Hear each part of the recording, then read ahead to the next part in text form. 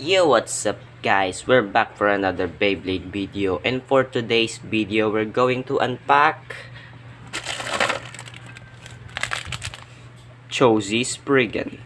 So without further ado, let's get into the video. But before that, intro pasok!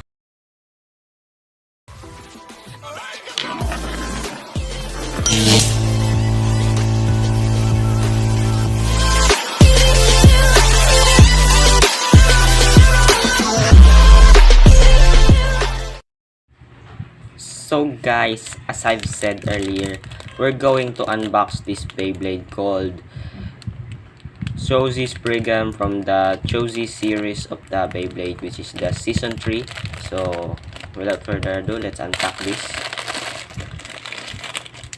So first, let's see the parts. This is the layer called Chozy Spriggan. Yeah, very nice and beautiful. The burst locks are working perfectly fine. So there.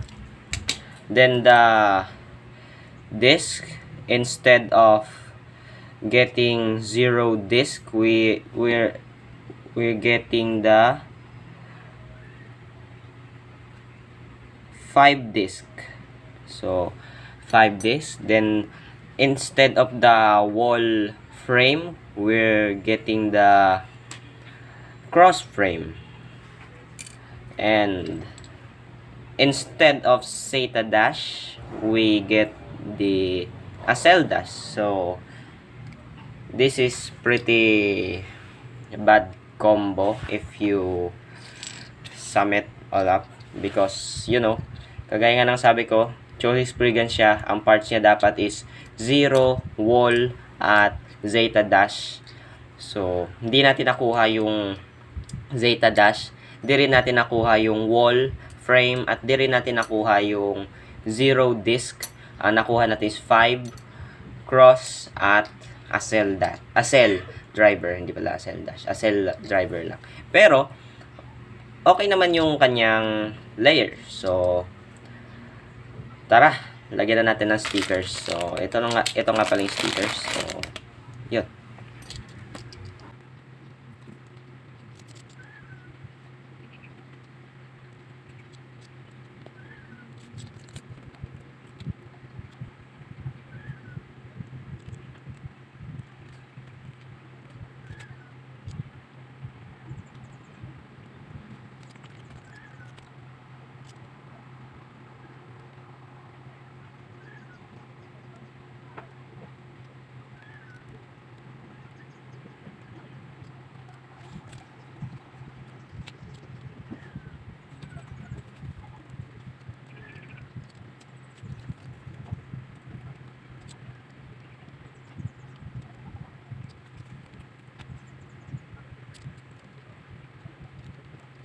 So ayun na nga guys, natapos ko na ang paglalagay ng ng sticker guys. As you can see, maganda yung Beyblade. Pero may isang bagay na nangyari. Nawala ko yung sticker na dapat nandito nakalagay. Yan, yun dapat dito nakalagay na sticker, nawala ko. So yun. Ano lang natin na sana makita ko pa yun. Pero sige, tuloy na natin unboxing, unpacking. So assemble muna natin siya. Naka left spin mode siya. Lagay muna natin yung frame sa kanyang yan yung 5 cross. Tapos lagyan na natin siya. Hindi ganun katigas yung niya, yung spring lock, pero meron naman tayong maasahang mga burst lock. So yun. So testing na natin. So yun na dito tayo magte-testing sa malaki nating stadium na drum, takip lang ng drum. So unahin natin sa left spin. So testing natin. 3, 2, 1, go.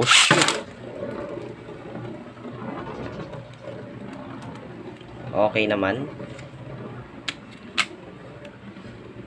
Tingnan natin gumana yung burst lock niya. Hindi kasi medyo mahina yung pagka-launch ko. Isa pa.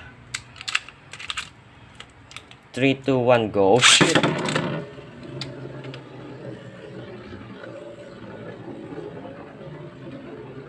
So yun, maganda yung ikot niya. Mabilis, arik. Tingnan natin kung gumana yung burst lock niya. Hindi pa rin. Mahina pa din yung pagkaka-launch ko. Pero sige, subukan naman natin siya sa right spin. So, meron sa pack, meron siya kasamang tool. Ito siya, pang ikot ng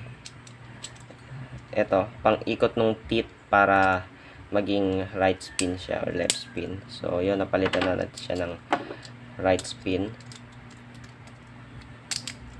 Yan. So, palitan din natin to.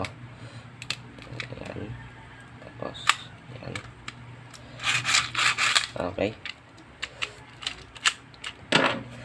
3, 2, 1, go. Shoot!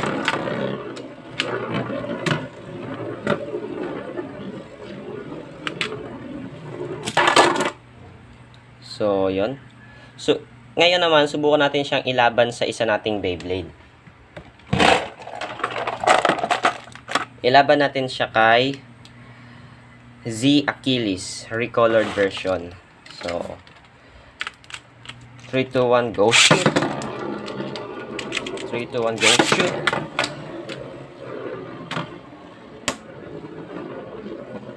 Umaatake si Spriggan dahil pang-attack lang naman yung kanyang driver, which is Acel.